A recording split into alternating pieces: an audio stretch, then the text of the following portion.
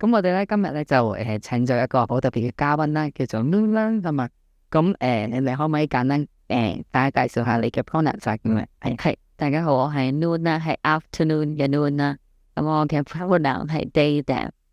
係咁我係 Annabelle 嘅 pronoun 係 she her。我係 Liam，我嘅 pronoun 係 he they。咁好多謝你今日過嚟抽呢個時間嚟，或者你可唔可以簡單介紹下自己，等我哋嘅觀眾認識下你？咁我係喺香港長大嘅啦。咁我嘅工作嘅身份咧有 dancer 啦、編舞啦、一個創作者啦、藝術工作者，同埋 stripper、sex worker 嘅。咁我覺得呢個 stripping 嘅經驗咧，其實因為香港就比較少 strip club 啦。咁但係我點解會我進入呢個行業嗰個地域嘅背景咧，就係當時我去芬蘭喺歐洲讀書嘅時候呢個入行。咁亦都近排咧就見到你好似做緊一個叫做 Body Capital 嘅一個咁樣嘅 workshop 啦。咁我可唔可以講一講其實呢個 workshop 點解會開始去做呢樣嘢？咁Body Capital 嘅中文叫身體本錢啊。咁呢一個創作咧就係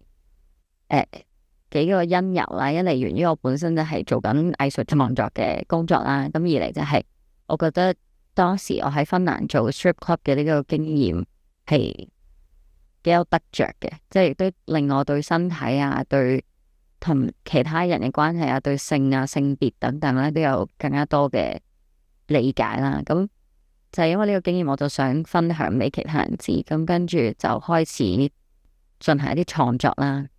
上年咧就好彩地西九就俾咗一個 residence 嘅機會我，咁我就做咗第一個版本。咁跟住咧做完第一個版本咧，而家嚟緊10月嘅8號9號就會做一個叫做 full length 嘅版本啦。咁喺呢個過程入邊咧，我就嘗試搞咗個 workshop 啦。個 workshop 嘅目的咧就係想將我嘅 research 分享俾有興趣嘅朋友知啦，嚟參加嘅朋友，跟住亦都想睇下可唔可以通過 workshop 認識到更加多香港對呢個議題有興趣啦，或者係有 sexual 背景嘅朋友啦。可唔可以等我喺創作嘅內容上唔係淨係得我自己嘅聲音咯，即係唔會好單一咁樣，可以甚至有啲即係大家如果觀點唔同嘅，可以再碰撞下，令到我唔好似代表晒所有人咁樣咯。你有冇話咧，即係話當初即係我都相信係有一部分係可能係經濟狀況係咪佢開始做呢份工啊？你可唔可以講解下呢個分享係點嘅？首先咧，點解我入行咧？咁同錢有關啦。但我最近咧都有一個，我都想補充翻咧，我有一個回想，即係因為當時其中一嚟就係嗰啲獎學金就嚟冇啊，又就嚟畢業啊，睇一個彈性揾快錢嘅一個概念啦。咁但係其實我反思翻咧，喺疫情初期咧，其實我當時已經係諗緊想進入 porn 嘅行業，所以我相信咧都唔係一時衝動嘅，而係幾樣嘢考量完之後咧。反而我就做咗 stripper， 就唔係去拍 porn。我想問咧，嗰陣時候你喺芬蘭係咪都係讀緊 art 相關、創作相關？係，我係讀呢個劇場構作同埋表演研究，咁就係芬蘭同德國兩間學校。因為我本身大學係讀 contemporary dance 啦，咁然之後對於我嚟講，身體係好 expressive 嘅一樣嘢嚟嘅。咁有啲時候都會問，點解跳舞嘅觀眾群比較少？即係我哋成日都要搞 show 賣飛，咁其實即係跳舞，即係可能屋企人都會講，跳舞搵唔到食噶咁樣。咁其實就係因為大家可能唔係好 recognize 呢一個藝術模式係，即係未必去到 high art 咁樣。亦都即係可能如果肯買飛睇，可能會睇啤梨，但係其實亦都即係睇嘅人係可能係一個好 privilege 嘅體會去睇。咁跟住跳舞咁有種類啦，咁但係我係跳 contemporary， 所以更加多會遇到呢種唔係好知你跳乜啦咁樣，跟住又未必會買飛嚟睇嘅一個狀況啦。咁但係同時間，當我學咗咁多年跳舞，其實我知道佢有佢嘅好處啦，即係強身健體嘅好處，亦都同時係對於我點樣梳理自己嘅身體好有幫助嘅一個 practice 咁。咁跟住可能就係呢一個背景啦，跟住當我翻 strip club 嘅時候咧，甚至佢帶到一個更加新嘅體會俾我啦。因為同客人咧，我哋係佢有睇我跳啦，我哋亦都會有一啲 contact 咁樣。咁我哋個 club 咧係可以唔話 dancer 啦，咁但係 private area 係唔可以摸。咁但係基本上即係我會摸個客人嘅膊頭啊、面啊等等嘅嘢，咁佢都同樣地會咁樣摸我啦，咁樣。咁啊，即係具體你可能都會遇到好多，即係你唔係好中意嗰個人，唔想去摸你，你避開嘅一啲嘢啦。但係好多時更加多遇到嘅情況係通過呢一個 movement 身體嘅 negotiation 啦，你會發覺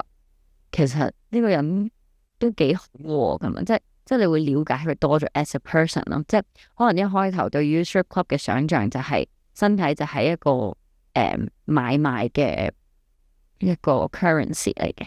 佢俾錢你，咁佢就可以摸你啦，咁樣。咁但係原來喺個過程入邊咧，你係即係作為一個 dancer，我會覺得我係有我嘅自主性，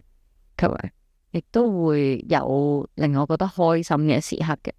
開心嘅時刻，例如係即係除咗一啲好表面嘅，個客好靚咁樣，即係靚仔靚女，佢都好啦，咁樣佢好靚，佢令你有性吸引咁樣。咁呢個係一樣 bonus 啊。但係不時有啲人係。佢個外貌未必係特別話出眾啊，咁樣唔係我哋所謂覺得靚吸引嘅一個人。但係咧喺佢點樣同你一齊有嗰個 private lap dance 嘅過程咧，佢唔使講好多嘢，但係你就會認識呢個人多咗，係咪？咁所以我就發覺啊，呢個事情好特別，亦都唔係可以用文字去表達啦。咁所以我就好想有呢個 workshop 去分享俾大家知。我可唔可以再問多少少咧？即係其實你係點樣喺芬蘭會見到有，即係點樣可以所謂入行咁樣啦？同埋其實喺嗰度芬蘭嘅嗰個風氣，或者其實啲 strip club 可能啲客人其實主要係佢哋本身芬蘭人啦，定係點樣？因為我即係我對於芬蘭嘅理解咧，就係我記得好似之前有睇咗呢啲文章，同埋有朋友喺嗰度讀書有分享過，佢就話其實芬蘭人對於嗰個愛情觀同埋嗰個性嘅嗰個觀念，其實係會好自然、好平常、開放咁樣會去，即係可能譬如講話啊咁有一啲性於約咁樣，但係其實係好平常嘅一件事，亦都係好互相尊重咁樣去發生嘅。我唔知道，即係其實。喺嗰邊佢哋點樣去睇可能 strip club 同埋跳 strip dance 嘅人啦，同埋嗰邊嘅可能呢一個嘅 sexual 嘅生態係點樣嘅咧？我對於芬蘭人嘅印象，雖然佢哋話係最開心、快樂指數最高嘅個國家啦，其實佢哋本地人咧就比較唔係我哋想象中咁熱情，即係可能我哋會覺得歐洲人好熱情，咁但係我覺得比較適用於南邊或者中歐，所以咧佢哋係。都幾 socially awkward 嘅 in general， 但係都唔係一件壞事。如果我要類比翻亞洲國家咧，佢哋自己都覺嘅，就係似日本人咯。即係其實有好多我哋社會上嘅共識咁樣啦，係比較有禮貌啲嘅狀態嚟嘅。即係佢哋係嗰啲，如果你鄰居開門出入咧，佢唔想打擾個鄰居，佢會等一陣先再出去搭 lift 嗰啲狀態嚟嘅。咁但係我覺得係 friendly 嘅。咁但係想進入去。芬蘭人即係嘅人際關係咧，係要時間。咁然之後，佢哋對於strip club 普遍係冇咁歧視嘅，同埋進入 strip club 嘅客人都係比較有禮貌嘅。因為如果去 Amsterdam 咧，佢哋啲 club 好多時咧，嗰個 lap dance 喺個 lounge 嗰度發生，即係一入嚟咁，可能我同你係唔識噶啦，咁嗰個 dancer 會俾緊一個 lap dance，然之後你就坐喺隔離睇到嘅咁。咁你就比較即係個 privacy 少啲。咁但係芬蘭咧，就應該係因為啲人都比較保守。呢個我自己猜測嚟嘅。咁我哋嘅 lap dance 咧就唔會喺嗰個大廳嗰度發生，咁就會喺我哋兩層啦，地下一層同埋 basement。咁就變咗佢哋冇咁容易睇到，即係佢因為我睇緊個 lap dance 嘅時候，可能我會驚隔離人哋睇到我會有啲表情管理啊，或者睇眼瞓啊嗰啲咁啊。咁佢可能就係想避免呢一個尷尬位，咁我哋嘅 lap dance 都會喺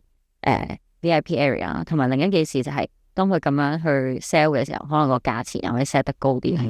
即係我覺得個性開放程度其實唔會話特別高或者特別差咁樣啦，但可能更加多係嗰個大家自我保護同埋尊重他人意識係都算強嘅，喺一啲性嘅關係入邊會用 protection 啦，跟住如果有咩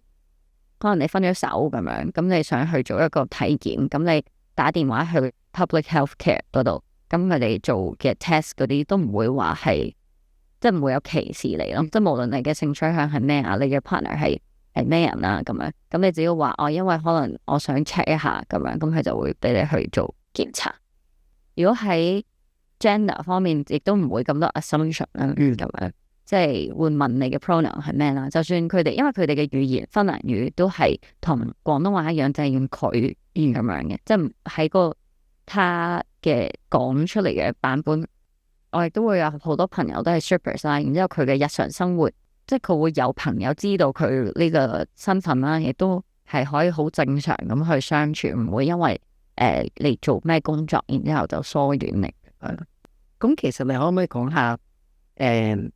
即係作為一個 stripper 一個普通嘅一個工作日，就睇你係即係如果係我咧，咁我就係 part time 翻為主啦。之前都有一段時間係日日都翻嘅，咁日日都翻個時間，即係嗰個 time management 會唔同啦。但係要 part time，我當我 weekend 先翻工，咁可能就禮拜4、5、6咁樣。咁跟住咧就9點開嘅 club，咁我因為我住喺芬蘭咧，個老細就好啲俾我哋遲到啦，咁樣，咁我10點先到啦，跟住化妝，跟住之後咧就因為好少客係9點10點到嘅，咁跟住我哋5點先收工啦，咁化完個妝喺 dressing room 着好衫，咁就去嗰個 lounge 嗰度坐低，咁我哋有一個 sofa 位係專係俾 dancer 啦，咁然之後咧就冇客人嘅時候，你就可以瞓覺啊、睇電話嘅。咁我哋個 club 咧就係有客人嘅時候就唔可以撳電話啦。所以我就好憎嗰啲客係入嚟齋坐唔使錢咁樣，跟住我就要望住埲牆咁樣望幾個鐘咁。咁我哋嗰個位就除咗女仔嘅 sofa 啦，咁有好多其他 sofa 啦。咁啲客入嚟咁佢哋就會坐低嗌杯嘢飲啦。咁然之後我哋就 take turn 上個 stage 度跳2首歌嘅。咁一首就着衫，一首就 topless。跳完咧就會行去問個客攞 tips 咁樣，咁攞 tips 嘅用意咧，一嚟就係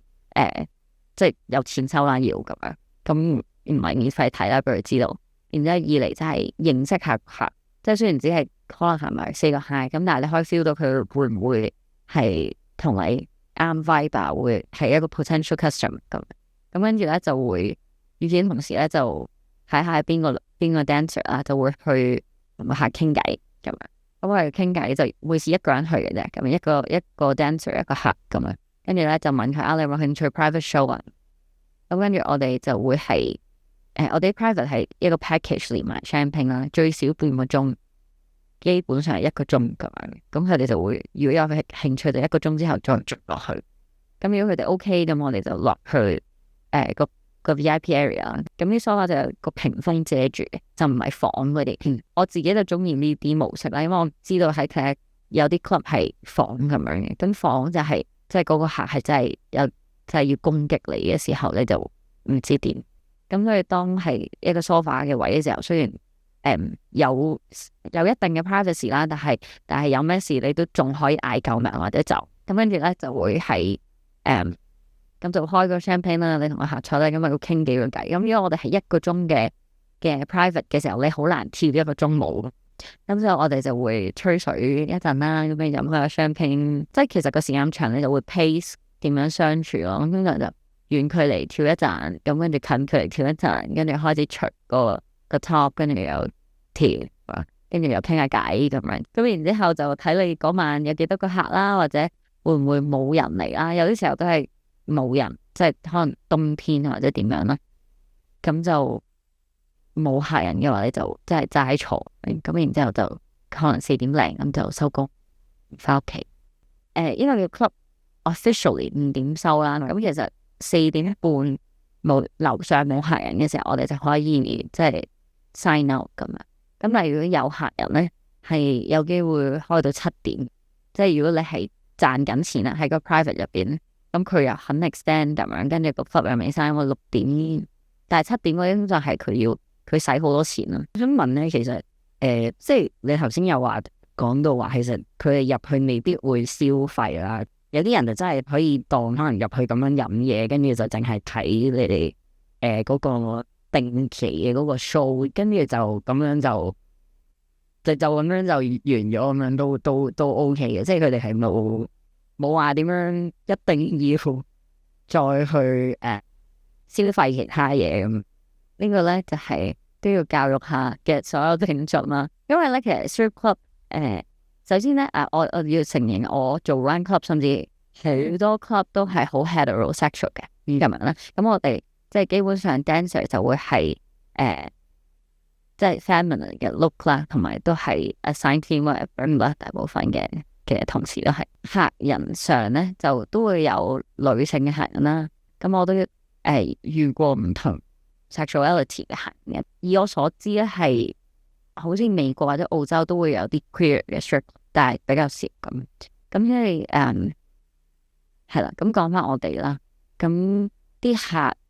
入嚟，佢哋一定會俾入場費嘅。咁我嗰間就$20啦收。咁然之後入到嚟咧，通常就會叫佢買杯嘢飲啦。咁但我真係遇過人係飲水嘅。咁然之後佢飲水係真係就淨係飲水，仲要問佢你要唔要飲即係 sparkling 啊，支裝水要俾錢，因為芬蘭嘅水係免費啦。咁所以其實佢 tap water 係冇問題，即係唔會話一定要買支裝水啦。所以啲客咧係真係夠薑就飲即係水喉水啦咁樣。咁然之後你飲水喉水都唔緊要，可能你唔中意飲酒啫咁樣。但係咧問佢攞 tips，佢話我冇喎咁樣啦。第一個 dancer 問冇，第二個 dancer 問冇，咁第三個咧直情就唔問啦，會直接就即係轉身，即係跳完啦轉身走，甚至跳嘅時候都係可能，如果成個 club 得佢一個客咧，都 hea 住跳嘅。咁所以就想教育下各位觀眾咧，即係去 club 咧就記得帶錢啦。咁就算冇錢，我哋都收卡咁樣。咁佢哋會有一啲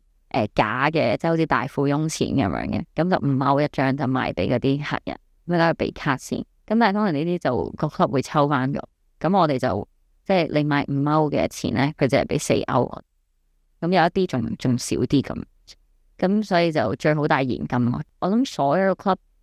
嘅 dancer 都係 by commission。咁所以其實大家要有意識係你入去每一分每一秒，其實你唔俾 tips 佢就係即係冇錢賺，或者可能係有啲人會蝕錢。喺美國有一啲係要pay out，即係佢當你租場賺錢咁樣。我哋就有底薪嘅，好好彩啦。咁我唔知有咩芬蘭制度乜嘢，咁所以都有個底薪，即係好少，但係都係即係你唔會蝕錢咯。我想問咧，咁其實咁嗰啲 strip club 嘅老闆佢要請人，咁佢會唔會其實有一啲特定嘅，即係佢話你一定要係點樣樣，即係佢可能會有啲挑選咁樣，咁係即係所謂好似去見工咁樣嘅一個過程。我揾到呢一份工咧係 Google 揾嘅啫，完全係冇人介紹嘅。所以我就上網咁樣，即係 Helsinki strip club 咁樣，咁就揾到3間嗰陣時，因為嗰時就咩都唔識，咁我就喺 YouTube 睇人哋嗰啲都有幾條片係 stripper 分享佢點見工嘅，咁都係美國嘅 club 啦。咁佢哋真係就拎晒啲鞋啊衫去試跳嘅要。咁我嗰間就有啲唔同，佢就係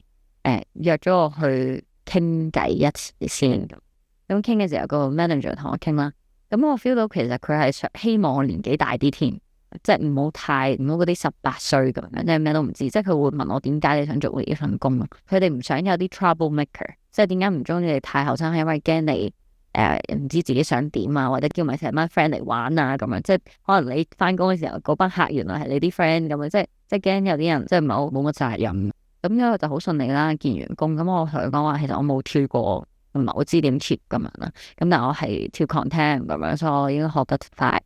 咁佢都 OK。咁然之後再約第2次咧，就叫做試翻工啦。咁我都係鞋都冇啦。咁好彩佢哋個 dressing room 有嗰啲，因為跳即係 strip club 就係好似 pole dance 嘅衣着啦，要着嗰啲好厚嘅 pleaser 啦 pleasers 係。所有跳 pole 嘅人都會知道係一個美國牌子嚟嘅，咁係佢嗰個鞋墊咧，嗰個底咧係真係特別穩陣。係噶，即係唔係普通嘅高踭鞋可以跳咯，要着嗰種鞋，同埋係真係顯腳長咁，因為佢前面有一個勁高嘅 platform 啦，跟住後邊再高啲一個斗零踭咁成個人就高咗勁多，6-7寸係 standard，係啊。咁所以當時就有就係喺 dressing room 度執人哋唔要嘅鞋啦，咁樣咁所以着即係都仲着得嘅咁樣，咁跟住就試下咁樣，咁跟住嗰日又係佢會特登試翻工喺揾個禮拜四，咁就唔會係超多人咁樣，咁跟住咧我就跳完一個 stage show 咧，咁就佢就望一望啦，OK 咁就叫我翻嚟先，下一次再翻。咁跟住嗰陣時教我跳舞咧，一開頭係 manager 教，好好笑，因為其實佢唔識跳啦到，咁但係咧都好重要咯呢一個角色咁樣，因為其實佢係真係長期喺度啦，咁樣跟住如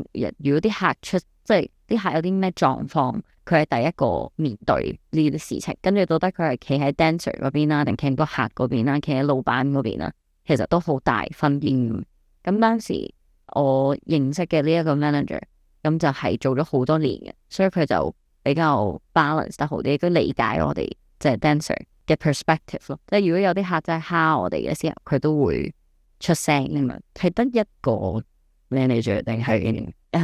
即係如果係 weekend 人多嘅時候，會多一個 bartender，兩個人翻工，兩個人喺吧後邊翻工，咁會有個 doorman 就係類似 bouncer 係 security 咁樣。咁但係咧好多時，如果嗰啲客係俾咗錢喺樓下，已經喺個 VIP area 嘅時候咧，咁就唔會有個 security 過嚟咯。即係除非佢搞好大嘅大龍鳳啦咁樣，咁佢都唔會特登落樓下去捉你走咯。但喺樓上就會咯。你有冇見過呢啲咁嘅 situation 發生啊？最近見過有兩個人啦，俾咗錢入嚟之後咧，咁佢就去咗廁所啦。兩個男人咁去咗廁所，然之後佢哋就嗌個 bartender，即係其實因為去到後期，我最信任嗰個 manager 咧，佢已經少喺度翻工。咁其實個老闆就會 train 其他 bartender 都做一個好似 manager 嘅崗位，但係其實可能佢嗰個 experience 唔夠咯，即係其實就係 bartender，咁就叫其中一個，仲要係即係好後生嘅女仔。咁咧就嗰兩個客就叫呢個女仔話我拉唔到褲鏈定乜嘢，就話你可唔可以幫我咁樣。咁跟住個女仔就話你等一等，跟住就去叫個多佢幫我拉啲咁樣。咁即係其實好明顯佢係想騷擾佢嘅。咁但係嗰下佢係一個客，咁咧佢又新，咁佢就唔知點就話咁我叫佢嚟幫你啦，男人去廁所咁樣。咁跟住然之後咧，佢見到個 doorman 咁樣行埋去咁樣啦，跟住咧佢哋就話唔使啦，OK 啦咁樣，咁 OK 咁啊，突然之後走咗。咁跟住嗰兩條友就喺個廁所行埋一齊，咁嗰個 bartender 咧就再叫個 doorman 嚟啦。點知到佢哋行到去臨開門之前咧，嗰兩個人就出咗嚟，跟住咧一出嚟嘭一聲，咁唔知咩事啦。但係因為佢哋已經出咗嚟個聲先出現嘅，咁佢哋就走。咁其他人就梗係入去睇咩事啦。咁然之後咧，就原來佢哋扯爛咗塊鏡，但係因為睇完之後再去追咧，就追唔切啦咁樣。咁嗰兩個人就走甩咗，咁就成地玻璃碎。即係佢就係俾40歐入嚟打爛塊鏡咁樣。即係一開頭佢可能想 harass 個 bartender，但係完全理解唔到咯。咁跟住再遇嗰啲咩咧？另一個人就係 regular 嚟嘅，但係咧我唔知佢係咪嗰啲 heavy，佢個樣係 heavy metal 嘅 style， 長頭髮咁樣。咁跟住咧，佢哋通常嚟就係兩個人嘅。咁我都係聽啲同事講，因為我冇見過佢哋。咁但係佢哋係好有錢啦，跟住每次嚟都會買好多商品啦。咁其中一個人就飲咗酒就會癲癲地咁，做好大隻嘅。跟住咧佢本身係 private 咁就冇嘢啦。佢做咩我唔明啦咁樣。咁點知我喺上面 hea 緊，因為嗰日冇其他客人。咁點知呢個人就突然之間衝咗上嚟，呢啲喺我哋大嗰個 stage 嘅 pole 度捉住係咁揈咯。佢因為我哋個台好細嚇，咁樣係可能係2米乘1米，個客人自己衝咗上去個台，然後佢自己幫你先跳。係啦，佢仲要係泰山式咁樣跳啦，即係佢唔係真係識跳舞啦，係捉住但係咁揈。咁因為佢又醉啦，如果佢一甩手嘅係即係嗰個 momentum 同埋佢個體重話，佢可以即係如果你俾佢撞到會俾車撞咁嘅 feel 啦，咁佢試嘢都會受傷，係佢一定會受傷。同埋我哋有好多玻璃台啊嗰啲嘢咁樣咁同佢跳嗰個 dancer 就梗係跟住喺隔離諗住撳住佢，但係都幫唔到啲咩啦，佢好難喎真係係啦。咁因為佢動靜好大，咁個 doorman 同埋喺樓上，咁就即刻可以入到嚟，咁就制止佢啦。咁但係都制止唔住啦，咁樣跟住又唔知點樣，佢就好嬲嗰個 dancer 啦。咁就後尾換咗人，咁但係佢就換咗個好犀利，即係好瘦削嘅女孩子，但係佢好識得講嘢好有 power 咁樣嘅，咁所以佢就同佢講 no 咁樣，咁然之後呢個人就即刻變咗個乖嘅大 BB 咁樣，咁就多 training 係啦，咁就又跟即係佢就咁樣即係捉住隻手咁樣，你過嚟咁樣，跟住就捉翻佢落樓，跟住我哋就睇到 O 晒嘴咁樣，咁跟住我都係問翻人，就話原來呢個人係都係 recognize 咁嘅，出世不過耐唔耐都會嚟泰山跳舞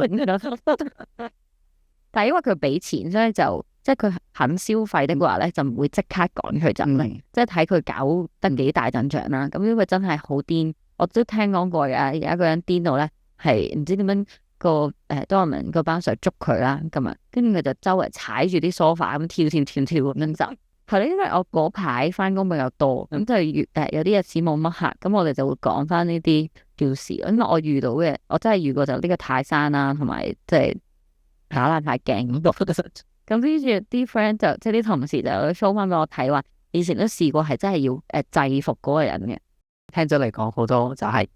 日常啦，同埋就係遇到嘅一啲欺客啦。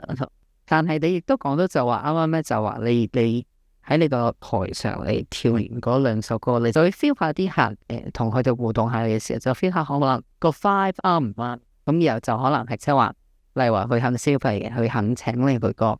private room 同佢傾下偈嘅。你點樣去拿捏嗰個 boundary， 即係嗰個 sense of intimacy 嘅嗰個 boundary 啊？同埋佢有冇 SOP 嘅？即係點樣？咁啱啱翻工嘅時候，我有問人點樣 sell 啦，跟住其實都間 club 唔同嘅。咁我哋間 club 咧，唔知點解咧，因為我即係都有朋友喺其他地方翻工啊嘛，有講即係如果個 club 似酒吧形式啲咧，就係即係個 vibe 又會唔同，因為我哋 sell 嘅過程都會比較花時間。有啲 club 咧，佢哋 sell 啲短啲兩首歌嘅 dance 咁樣嘅時候咧，就唔需要搞咁多嘢，直接問嘅，因為對佢嚟講，因為我都講價錢。咁如果嗰啲有 short dance 嗰啲，可能係10歐。咁跟住我哋 average 佢哋都會買500至600歐嘅一個 package，咁所以佢哋一聽到嗰個價錢，即係個 commitment 就會大好多，所以我哋就嗰個 strategy 就會唔同，就會係即係第一句一定問 How are you， 即係就好低能，即係其實人哋都可能唔想你問佢 How are you， 點答你啊，都 OK fine thank you 咁樣，又唔係美國人，即係 small talk 做乜嘢咁樣啦。但係我哋就要問嘅，同埋每次都係問咗好啲嘅，即係你會問下你叫乜嘛？你叫乜名咁樣？跟住就問下你邊度嚟啊？咁樣係本地人定人客啊？因為我哋 sell 緊係半個鐘至1個鐘嘅 dance 啦，咁樣咁其實呢個都係我哋嘅 target 嘅客人係有錢啲嘅人啦。咁所以我哋一開頭就唔係淨係 sell 性感呢一件事咯，可能特登反而會等陣坐遠啲咯。有啲人即係唔會一嚟就挨埋去，即係因為你一嚟就挨埋去，可能佢會覺得啊，咁我唔俾錢你都會黐住。即係唔可以俾佢覺得你對佢冇興趣，但係你又唔可以太主動，咁所以我哋會坐遠少少，但係就會即係啲眼神會有啲少少要俾啲力啊咁樣啦，講嘢要少少溫柔。通常我諗大部分即係我唔係好識心理學啦，但係基本上你想人哋 feel comfortable， 你會問佢問題，俾佢講多啲嘢嘛。咁我哋都係咁樣嘅，即係問佢，即係唔會自己講自己點樣，就會問佢嘅嘢啊。跟住然之後，如果揾到一啲有共通嘅話題，又會讚下佢啊，哇，好犀利啊咁樣，或者我都有興趣咁。同埋都要睇嗰個客似唔似有錢嘅，即係如果佢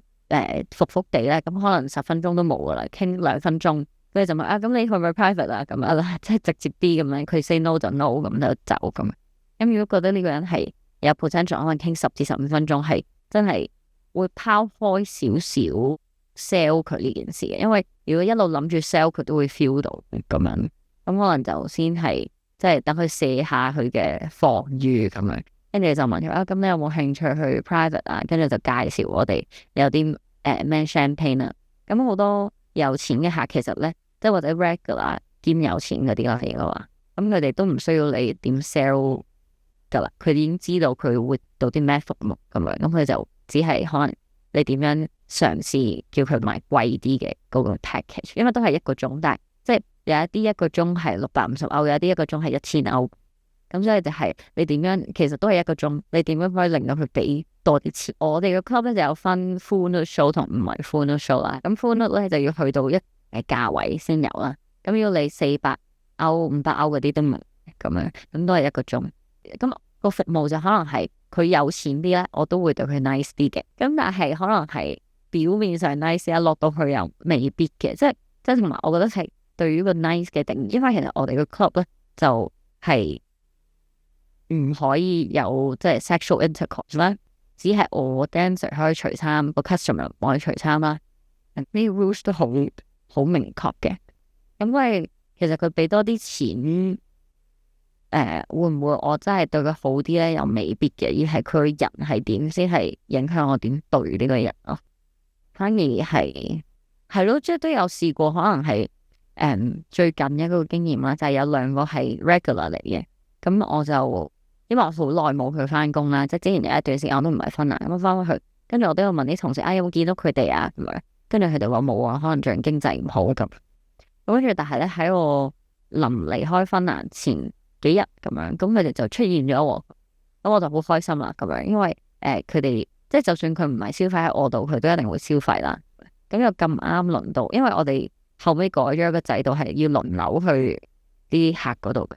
即係佢有個 list 咁樣啦。咁無論嗰個客係咩人啦，總之個 list 到你就要去咁樣。咁你可以自己決定去幾耐咁樣咧。因為如果你喺個 club 度有好多客，咁即係有好多 potential 俾錢嘅人，但係可能你要傾嗰個人係唔俾錢嘅，咁我梗係快啲離開，跟住再睇下有冇機會去第二個客嗰度嚟。咁跟住咁巧呢兩個 regular 咧，就係我有份去同佢哋 sell 咁樣咧，跟住我就努力啦咁樣。咁佢呢兩個人入邊咧，有一個我就熟啲嘅，即係我同佢去過幾次 private 啦。咁但係另一個咧就係一個好幾溫柔，但係咧好有一埲牆嘅客嚟嘅。我同佢傾過幾次偈啦，咁但係佢肯同我去 private 係一次啫，好似。咁跟住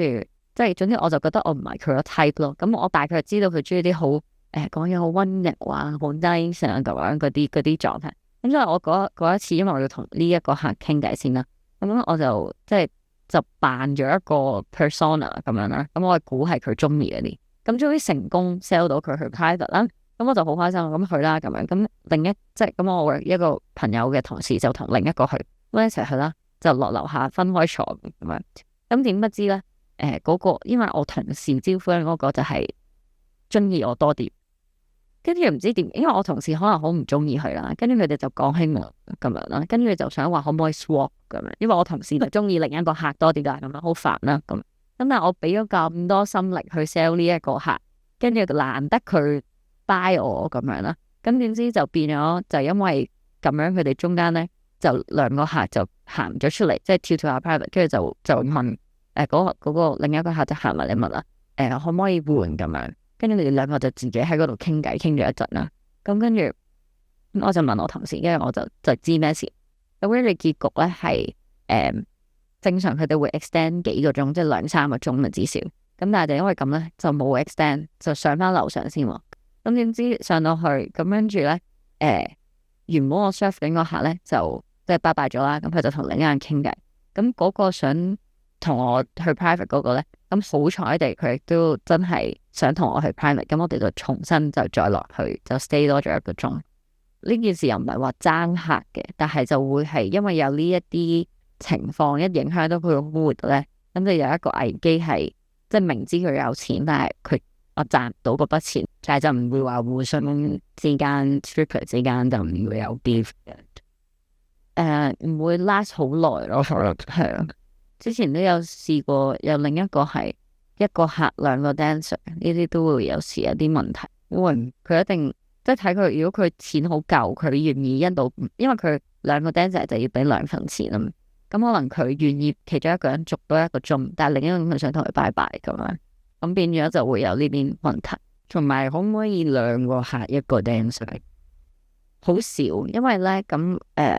我試過一次，我好唔中意嘅嗰次，因為咧。通常佢咁樣咧，證明佢冇錢啦。即係一係就佢哋兩個都好中意你啦。其實最尾我 negotiate 到都 OK 嘅，即係我變咗係喺佢兩個人身上1個鐘，佢消費咗8800歐咁樣啦。咁我唔講我賺幾多成啦，總之我係 take commission 嘅。咁所以其實都 OK 啦。咁但係因為佢兩個人咧，即係原本佢哋係440歐嘅啫。咁但係因為我好唔 satisfy 呢個狀況，因為兩個人440。半個鐘啦嗰陣時係，但係我都覺得即係你哋兩個咁樣將我即係 pass 嚟 pass 去啊，你又摸下我，佢又摸下我咁樣，我就覺得即係自己有啲 cheap。咁然之後我就有啲唔腳，跟住我就同佢哋講話，不如你哋再買多啲啦，我有啲唔高興咁，即係你令我高興啲啦。跟住咧，佢哋就俾多咗1倍錢咁樣。咁但係其實佢哋俾多1倍，我都係要 stay 多半個鐘咁樣，即係相對地我都係要。但係因為佢 commit 咗我去，即係咁我叫做知道我嗰半個鐘都有錢賺。我好想問就係你點樣？因為你講到就係話有啲客可能佢會更加之願意喺你身上消費。甚至乎係有啲情況係可能倒翻轉，就係好似你啱講到呢兩客，令到你覺得有啲 cheap 啊！你做咗喺呢行做咗一段時間，你點去控制自己去，即係話可能俾人哋去俾標價係咪嘅呢種感覺？喂，倒翻轉啦！如果有個客佢好中意你都可能同佢有多少少 feel，咁你會唔會肯劈啲俾佢？都有嘅。即係一定係其實不斷就係一個 negotiate 嘅過程啦。通常咧，我其實幾中意，即係我哋有時都會講嗰啲客，跟住會有啲 categorize 佢哋啦。雖然有啲衰咁，但係其實我比較中意咧，即係喺芬蘭嚟講啦，我嗰間 club 咧有一堆做 construction 或者 working class 嘅客咧，因為咧佢哋未必好似嗰啲好有錢做 finance 嘅客咁，一次就俾800歐咁樣啦，一個 bottle 上邊俾800歐咁，但係咧佢係好清楚自己要乜嘅咁樣，即係佢亦都因為有啲客咧係中意入嚟 power play， 即係講一輪咁樣，即係話我好有錢噶，我坐 business class， 通常咧講坐 business class 嗰啲都係服，因為其實要坐 business 係你同個航空公司有關係嗰個，即係或者公司派你去係啦，即係會特登講呢啲即係。講自己好勁嗰啲咧，都係服嘅咁樣啦。咁但係點解我話中意嗰啲即係可能 working class 嘅客人，就係佢哋好清楚自己嚟做咩，可能同埋佢知道 labor 係一件咩事情啦。咁所以佢唔會嘥你錢。即係如果咁啱佢唔中意我啦，咁佢都好早就會表達啊。其實我可能中意嗰個女仔多啲，即係譬如叫佢過嚟咁樣。咁好清晰呢啲，咁我就可以啊好啦。咁啊祝你有愉快嘅一晚，跟住就走。即係呢啲比較直接嘅客人咧。有時當下你可能係走咗啦咁樣啦，咁但係原來佢傾完其他女仔佢都冇咁唔係特別中意，反而佢會 appreciate 你對佢好，可能最尾都要揾翻我咁樣，即係都會有呢啲好彩嘅例子啦。跟住然之後，如果係遇到一個中意我嘅客，咁佢都好快地，即係10分鐘內你已經 feel 到個 vibe，跟住大家一齊睇住個 champagne list 個價錢咁樣，跟住佢話我俾唔到800幾蚊，不過500幾嗰個 OK， 你 O 唔 OK 咁樣，即係佢都會問翻你 O 唔 OK 咯。因為好多時佢哋講緊問 O 唔 OK 嗰個係點講好咧？即係佢係想 push 低啲，即係有啲人係想 push 低啲，總之自己俾得越少，得到最大嘅利益咁樣就可以啦。咁但係可能有一啲即係我講頭先我 appreciate 嗰啲比較直接啲嘅客人，就係佢係知道你會想要多啲，然之後佢知道佢俾唔起啦，真係咁樣。咁但係佢就會好快地表達到，然之後就話如果你接受嘅話咧，咁你就去啦。有好多女仔係即係如果你嗰個價錢太低啦，佢哋真係 say no， 即係我哋唔係等錢使到咁樣嘅。有啲人咁即係佢因為佢寧願坐喺度冇客，等下一個有錢客入嚟賺多啲錢，好過嘥呢個精力，但係賺得好少錢嘅客，即係都會有咁。我有時都會嘅，但係講緊好，即係我個 tolerance 可能大啲咯，咁樣即係如果你係嗰啲俾220，但係要你上面 hea 成個零兩個鐘先肯俾220歐嗰啲咧，咁我都唔得嘅，係咯。咁跟住話會唔會平啲？咁可能我覺得就係類似咁樣咯，即係我唔係真係會收平啲佢，但係佢哋肯即係 respect 或者佢比較 decent 嘅話，咁我就會就算賺少啲，我都唔會好有 hard feeling。其實即係有時嗰個 transaction 嗰啲嘢唔係淨係個錢咯。咁當然我賺得多啲，我就可能我就會同自己講話，你乞人憎啲，但係我都要誠實，因為你俾緊好多錢我。咁但係講緊嗰個承受嗰件事係可能一個心理層面嘅嘢。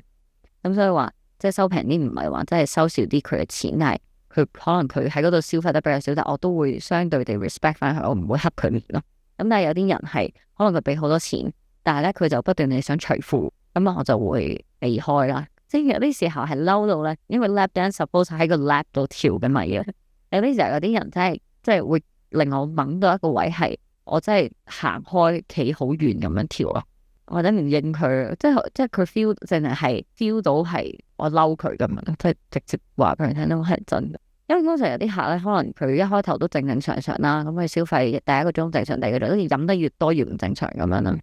咁跟住可能到後邊嘅時候，我會睇下試下激下佢，等佢自己快啲走咯。即係但係我唔會直接趕佢走咯，即係可能我知道仲剩翻半個鐘嘅，但係我就唔會 be nice，因為我 feel 到就算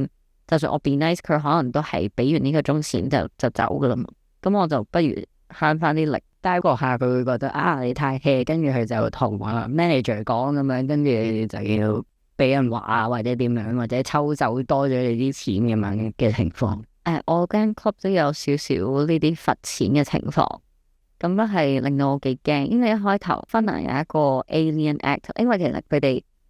即係呢個少少關於佢哋 sex work 嘅 legislation 啦。咁佢哋係本地人可以個體戶式咁樣去做 sex work 啦，但係佢哋咧係會罰，即係佢哋係禁止賣呢件事嘅，即係禁止客人啊，即係佢會罰客人。咁所以其實變咗，即係 sex work 呢件事喺芬蘭都係 hidden，即係買嗰個人咧就犯法，你賣咧個體經營咧就唔犯法。咁但係其實變咗你冇得上網宣傳啦，網上宣傳都係違法啦。跟住同埋咧個 Alien Act 就係如果你係 immigrant，佢只要合理話你係賣人，咁咧佢就可以遣返你。咁所以做 stripper 都幾驚，因為其實真係好近啦，大家咁。雖然我喺個 club 我冇 provide full service 啊，咁但係都係近嘅嘢，咁所以都驚嘅。咁但係好早期就我翻 club 嘅時候，有一次警清查牌咁樣咧，咁佢查完我冇事咁樣，咁我就覺得咁應該 OK。但係變咗咧，都會驚，即係例如我老細好中意遲出糧啦，咁佢遲出糧嘅時候，我點樣咧？可唔可以告佢咧？如果我告佢搞大咗，會唔會有人嚟剪翻我咧？即係都會有驚呢啲咁。跟住我哋老細都幾煩嘅，即係佢會有啲 rules 係話，喺 private 你唔知要75% 嘅時間係跳緊舞。咁我都試過一次俾佢捉，但係佢就冇罰我，但係佢就即係叫我話你再睇多一次個翻工 rules，你咁耐冇翻工咁。咁點解我會俾佢捉咧？就係、是、其實佢有 CCTV 成日 spy 住我哋啦。咁嗰下嗰個客咧就係、是、話我好中意你咁樣，所以我唔需要你跳舞，我哋傾偈啦咁。咁變咗佢最尾個唔知1個鐘定半個鐘咧，我就咁拖住佢嘅手咁樣挨住咁傾偈，傾咗就成個 session。咁點知老細睇到就嬲啦。咁所以佢哋講緊要跳75% 嘅時間咧，其實即係個 manager 都體諒我嘅，佢就話：總之你下次坐喺佢大髀度傾啊嘛，你唔好坐喺側邊咁樣，因為就個 cam 會睇到。咁嚟講嗰個跳嗰件事就係個老闆都驚啲客投訴咁啊，咁所以你就要 keep 住繼續下，好似做緊嘢咁啊，即係唔好有一個把柄咁去投訴啦。咁但係你對佢態度差咧，其實佢都冇辦法，即係冇證據證明嘅，佢唔會錄你音嘅話，即係首先我唔會講粗口鬧佢啦，咁樣咁呢個係一定啦，咁樣咁所以就冇乜話可以投訴我啲咩。同埋其實嗰個僱傭關係係會有個合約啊，定係其實冇嘅？大家嚟翻工又翻工，冇啦。我哋係freelance 自僱人士嘅個方式。咁其實你而家即係話講翻喺香港而家嘅呢個 project 啦，咁你點樣去將一個真實嘅 club 裏邊嘅嗰啲咁嘅元素帶入去你而家呢個 exhibition？ 我覺得係咯，同埋就係到底我想帶俾觀眾啲乜嘢嘅。咁首先去 strip club 嘅群體係一類啦，咁跟住香港又冇呢個去 strip club 或者 burlesque 啊等等呢一啲 erotic entertainment 嘅文化都冇啦，或者比較少啦。咁跟住我其實做緊呢件事咧，就係將 strip club 呢個題材帶入 theatre，咁 theatre 係有佢一定嘅群體啦。其實我係想係通過做一個演出，製造一啲話題啦，然之後希望係一啲討論，希望大家去一齊諗下我哋對於身體嘅價值啦，我哋點樣去睇身體勞動價值、工作，同埋甚至可能更加 personal， 我都會諗一啲關於 gender and sexuality。咁跟住點樣帶呢件事入劇場呢？就係我想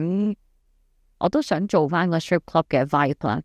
咁其實上一次個 showing 嘅時候，上年嘅 showing 嘅時候都有試過點樣做出嚟，因為當時都好多限制，因為佢唔係一個 full 嘅 show 啦，我唔可以同主辦 negotiate 話我要即係一大堆 sofa，要有嗰啲射燈，要有個波波燈咁樣，即係我哋啲燈嗰啲都好簡單咁樣，跟住啲觀眾都係傳統劇場單面台嘅做法，咁亦都同我創作嗰個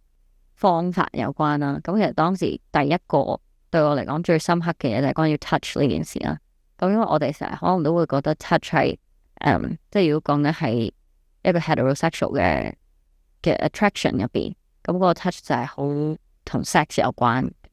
但係其實我可能想拉翻去最根本嘅係人需要被觸摸嘅呢件事嘅。我嗰陣時都有睇嗰本書叫 Erotic Morality 啦，咁佢就講話可能我記得其中一個故事係講嗰個人咧，佢係有自閉嘅 spectrum 咁樣，咁然之後咧佢就好怕被接觸，好怕人接觸佢咁樣。咁但係咧又好得意，佢屋企係開一個牧場咁樣嘅，咁佢哋就有啲牛咧係會，原來佢哋有嚿嘢去按摩啲牛，即係好似按摩椅咁樣嘅一個概念咯。但係佢哋係 embrace 嗰啲牛，令佢哋覺得 safe 嘅，因為其實嗰啲牛最終係要被屠宰嘅。咁但係咧喺 before that 咧，佢哋會擺嗰啲牛喺嗰啲機呢度咧，等佢有呢個被擁抱嘅感，咁就冇咁驚咁樣嘅咁樣嘅 research。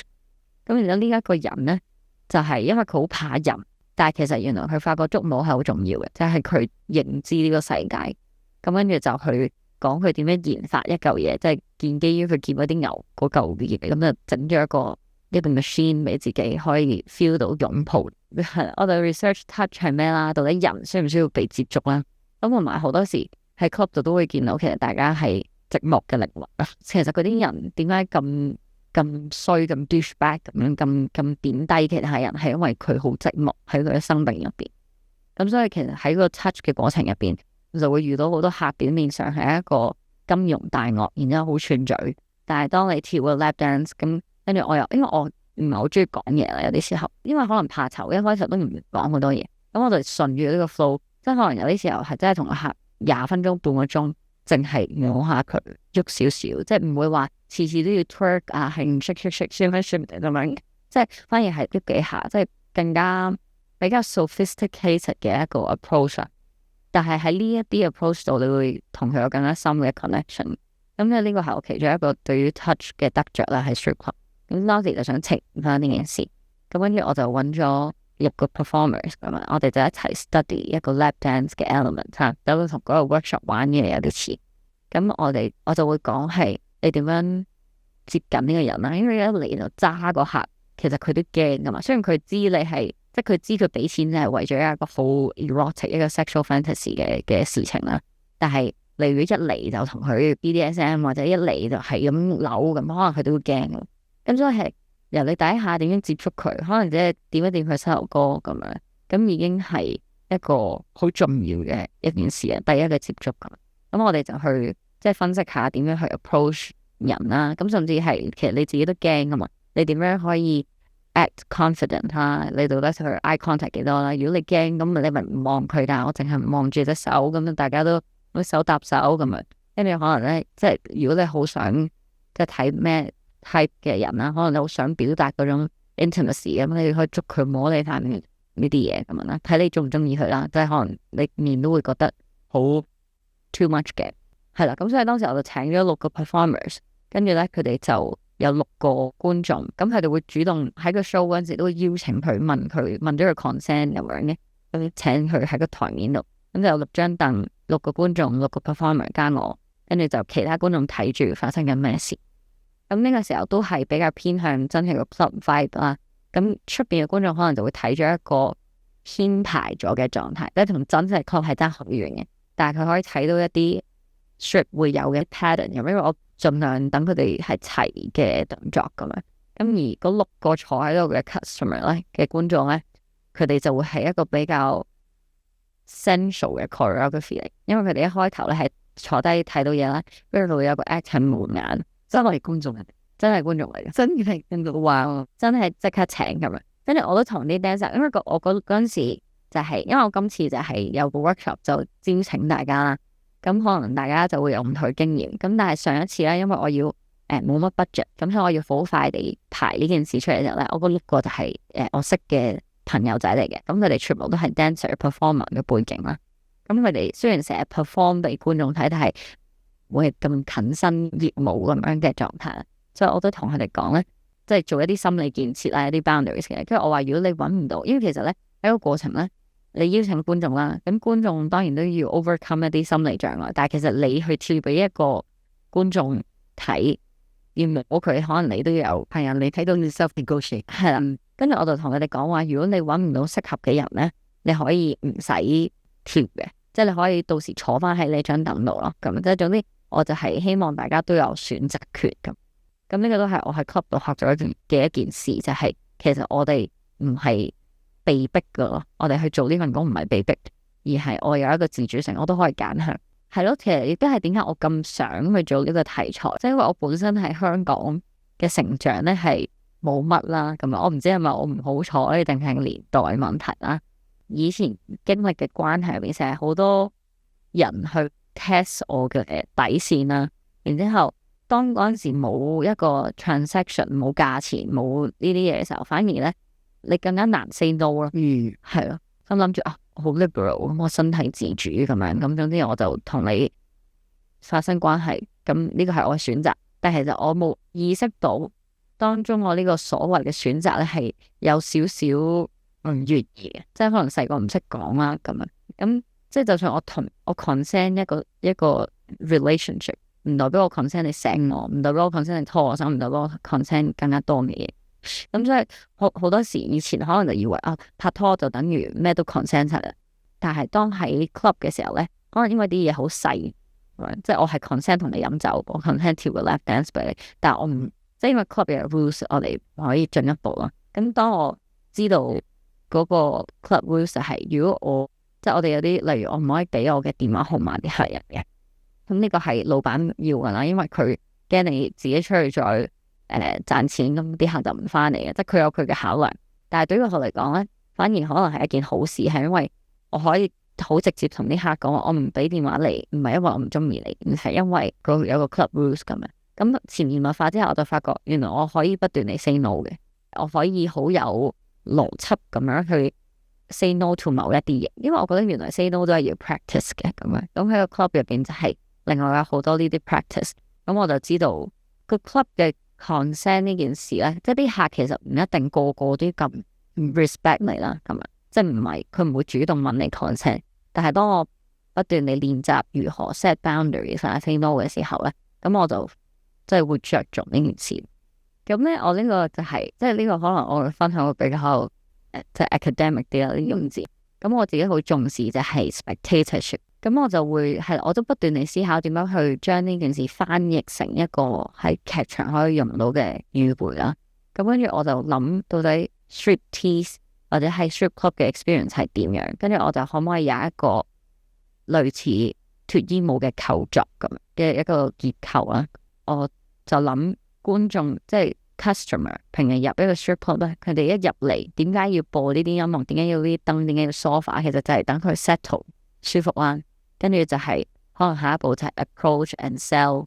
跟住再下一步就係 private。咁然之後，所以我喺做個 show 嘅時候，都會係一開頭嘗試係一種繽紛啲嘅狀態啦，跟住帶佢哋放鬆進入 club 嘅狀態。跟住我中間都會有一環節係問佢哋攞 tips 嘅。咁我哋攞 tips 呢個時候就有兩種意味啦，一種就係同佢哋玩啦，令佢哋覺得分，同埋同時又係真心問佢攞錢。當時我係話如果你哋冇俾錢，請你離開咁樣。呢個同時就係帶出我講錢同價值嘅一件事啦。跟住到再進入去咧，嘗試用一個點講好咧？當時我係有一啲文字去講我嘅故事啦，跟住同埋我嘅身體都喺個台面度呈現啦，跟住就做一啲 movement 同埋一啲 gesture。咁我覺得呢一個就係嗰個 touch 咯，就係開始慢慢 touch 多啲嘅個狀態，就好似平日喺private 嘅時候去到一個位，即係由一開頭可能佢帶住一個既定嘅 assumption 嚟，我就係嚟睇脫衣啦。咁係啦脫咗啦，但係跟住原來個 touch 係我控制嘅，而我都 negotiate 嘅。咁但係當然喺劇場嗰個